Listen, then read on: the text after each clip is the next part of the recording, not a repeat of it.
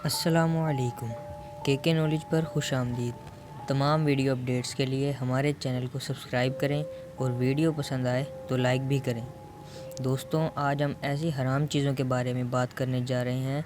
جن چیزوں کا تذکرہ قرآن مجید اور احادیث نبوی میں موجود ہے۔ مثلاً قرآن مجید کی یہ آیت ترجمہ: اے پیغمبر، لوگوں سے کہہ دیجئے، آؤ میں تم کو وہ باتیں پڑھ کر سناؤں جو تمہارے رب نے تم پر حرام کی ہیں، اور وہ یہ کہ تم اللہ کے ساتھ کسی کو شریک مت بناؤ، اور تم پر لازم ہے کہ ماں باپ کے ساتھ بھلائی کرو، اور اپنی اولاد کو محتاجی اور فاقہ کے ڈر سے قتل مت کرو۔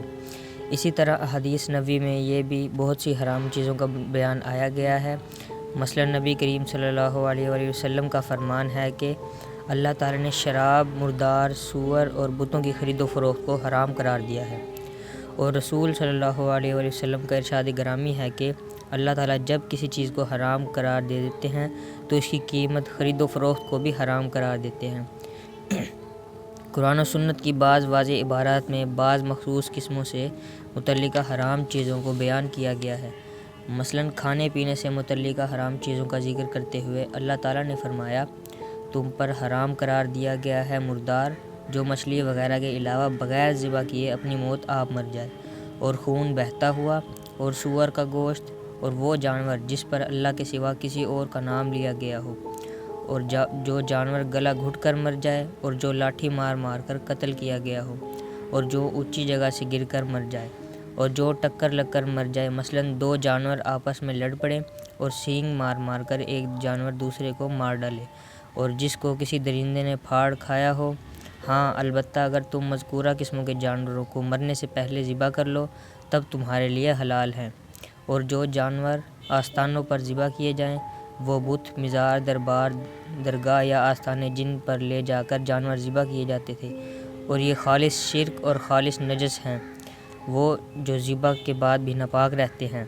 اور یہ بھی تم پر حرام ہے کہ تم تیروں کے ساتھ قسمت آزمائی کرو۔ یہ زمانہ جاہلیت میں مشرکین مکہ کا باطل عقیدہ تھا کہ کسی کام کا آغاز کرتے وقت تیروں سے فال لیا کرتے تھے، اور آج کی لاٹری اسی کی ترقی یافتہ شکل ہے۔ نکاح سے متعلقہ حرام چیزوں کا ذکر اللہ تعالیٰ نے یوں فرمایا: حرام کی گئی تم پر ان سے نکاح کرنا تمہاری مائیں، تمہاری بیٹیاں، تمہاری بہنیں، تمہاری پھوپھیاں، تمہاری خالائیں، تمہاری بھتیجیاں، تمہاری بھانجیاں، اور تمہاری وہ رضاعی مائیں جنہوں نے تمہیں دودھ پلایا ہو، اور تمہاری دودھ میں شریک بہنیں، اور تمہاری بیویوں کی مائیں۔ اور ذرائع آمدنی سے متعلقہ حرام چیزوں کا تذکرہ اللہ تعالیٰ نے یوں فرمایا: اللہ تعالیٰ نے تجارت کو حلال کیا اور سود کو حرام قرار دیا۔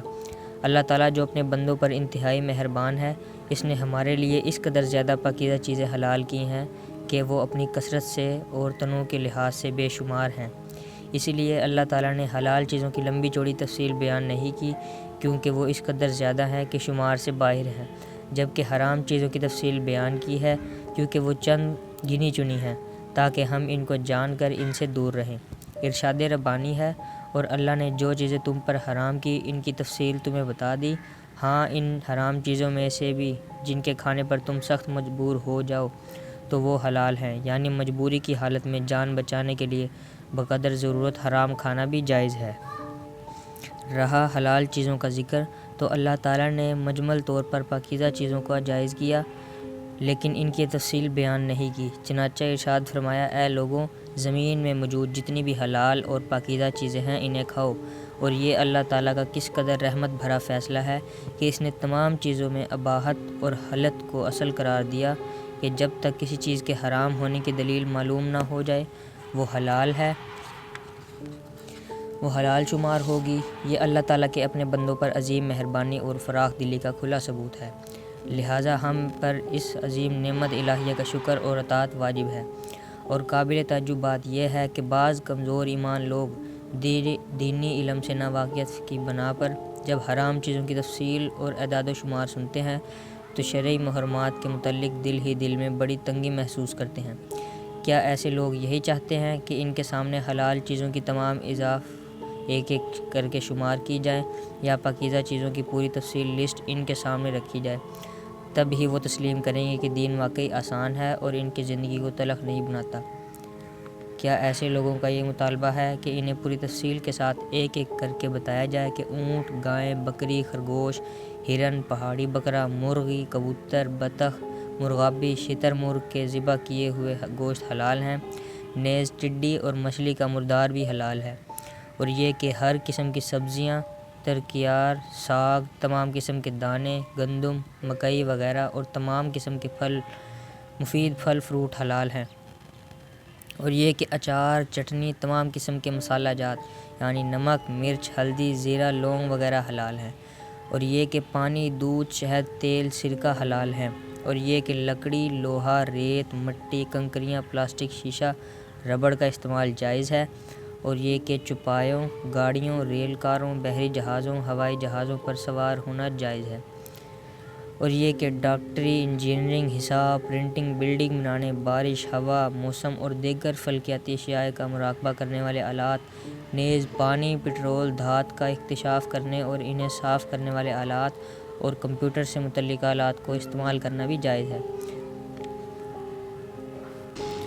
تو اس طرح اگر ہم حلال اور جائز چیزوں کے ایک ایک کر کے شمار کرنے کا سلسلہ جاری رکھیں تو کیا یہ چیزیں ختم ہونے کا نام لیں گی؟ وائے افسوس! ایسے بے جا اعتراض کرنے والے لوگ بات کو سمجھتے کیوں نہیں؟ اور رہا ان اعتراض کرنے والوں کا یہ کہنا کہ دین آسان ہے، یہ بات تو برحق ہے کہ دین واقعی آسان ہے، لیکن اس کی آڑ میں باطل کو رائج کرنے کی جو کوشش کی جاتی ہے وہ قابل مذمت ہے۔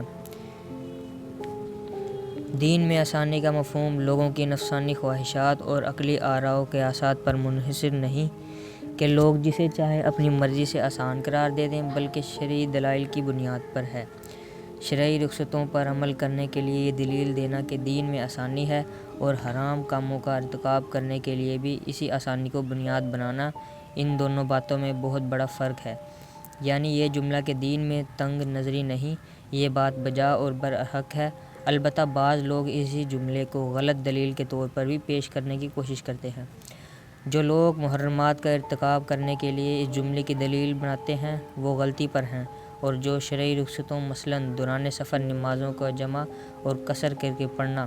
سفر میں روزہ افطار کرنا، مقیم کے لیے 1 دن بمہ رات اور مسافر کے لیے 3 دن بمہ رات موضوع اور جرابوں پر مسح کرنا، پانی نہ ملنے کی صورت میں تیمم کرنا، بیماری کی صورت میں یا نزول بارش کے وقت 2 فرض نمازوں کو جمع کر کے پڑھنا، کسی اجنبی مرد کا نکاح کرنے کی غرض سے اپنی منگیتر کو دیکھنا، قسم توڑنے کے کفارے میں اختیار دینا کہ چاہے تو غلام آزاد کر دے، چاہے تو مسکینوں کو کھانا کھلا دے، اور چاہے تو ان کو کپڑے پہنا دے، مجبوری کی حالت میں مردار کھانے کی اجازت دینا وغیرہ رخصتوں پر عمل کرنے کے لیے اس جملے کو بطور دلیل پیش کرتے ہیں، تو ان کی یہ دلیل بجا طور پر برحق ہے کیونکہ ان کی بنیاد شرعی دلائل پر ہے۔ تو دوستوں، یہ تھی ہماری کچھ حلال اور حرام چیزوں کے بارے میں تفصیل۔ اسی کے ساتھ یہ قسط یہیں ختم، باقی انشاءاللہ آئندہ۔ تب تک ہمیں دیں اجازت۔ اللہ حافظ۔